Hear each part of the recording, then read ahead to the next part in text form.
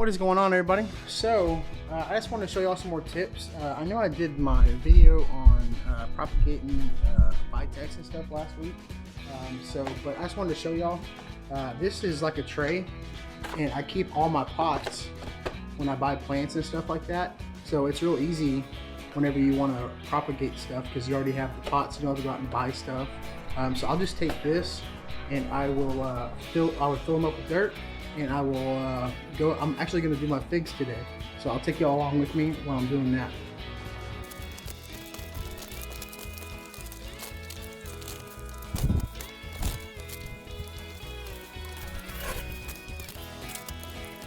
Right, so we are back here by my fig tree, which is, you know, it's kind of getting out of hand.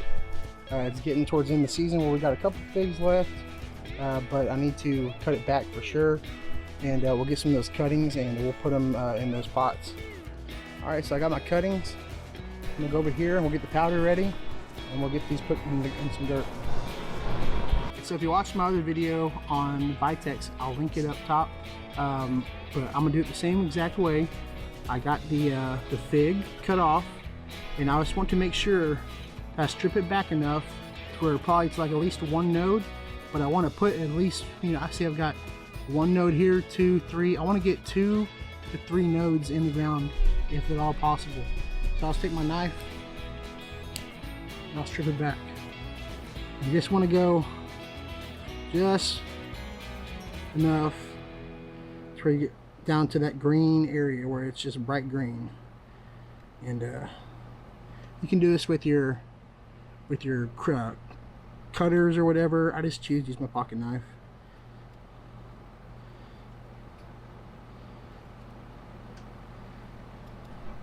Wow, and you can really even smell fig when you're cutting into this. It's really cool. Now, and this one is long enough to where you could probably do 2 cuttings of it, and I might actually do that just because I've got 10 pots, but we'll see how it goes. Let me get my powder.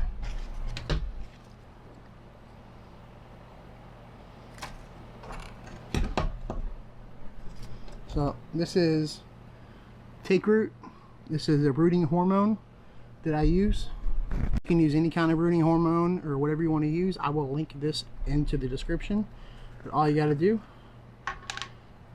is take your green, dip it into the white, take the green, put it into the white. You get a nice little coating on there and you put it into the soil. Simple as that.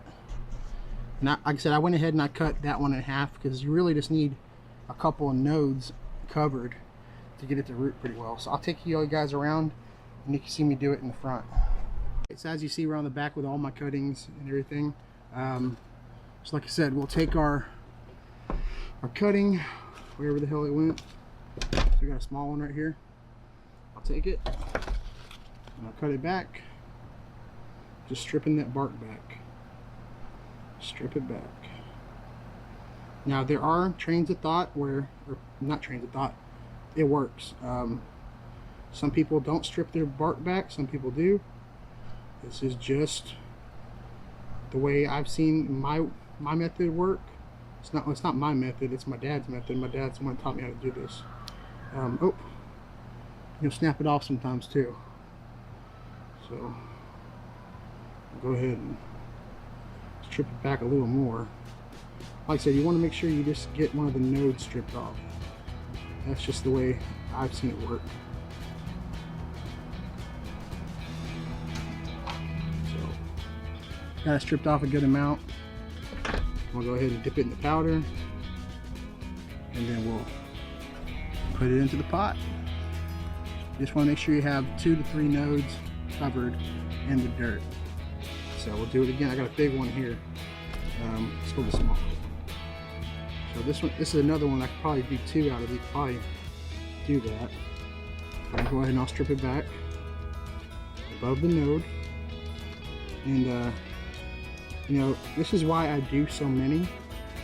Is because if something doesn't work or something happens, a cold snap or something like that, you'll have better success rates.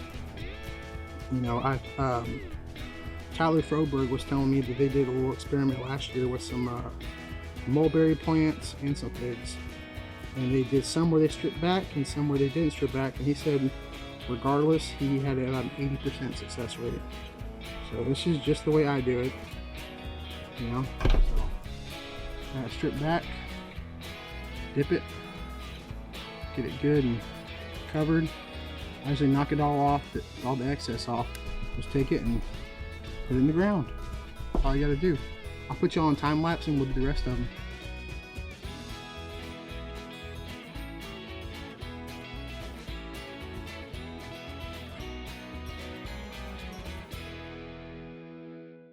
All right, so we got all 10 planted. All 10 were planted right there.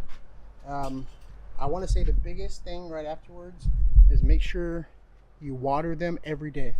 Water these guys every day, and make sure you get them in direct sunlight where they're getting a lot of sun. That's the main key I've seen to having good success with them. So I'm gonna get these watered in, and like I said, just keep an eye on them every day, keep them in direct sunlight, and I hope y'all enjoyed this video. All right, everybody, so it's been about a week and a half, 2 weeks. I just want to give an update on the figs that we propagated. I'm very excited about this. So these are the figs. We propagated these about, I want to say a week and a half, 2 weeks ago. We've got 1, 2, 3, 4, 5, I don't know about this one, 6, maybe 7 out of 10 coming up. So I'm very excited about this. So that just goes to show you how easy it is to do this. I'm an idiot and I can do it. So if I can do it, you can do it. So if y'all like this video, please subscribe, share, like, whatever you want to do. And I'll see y'all next time on No Egg Farms.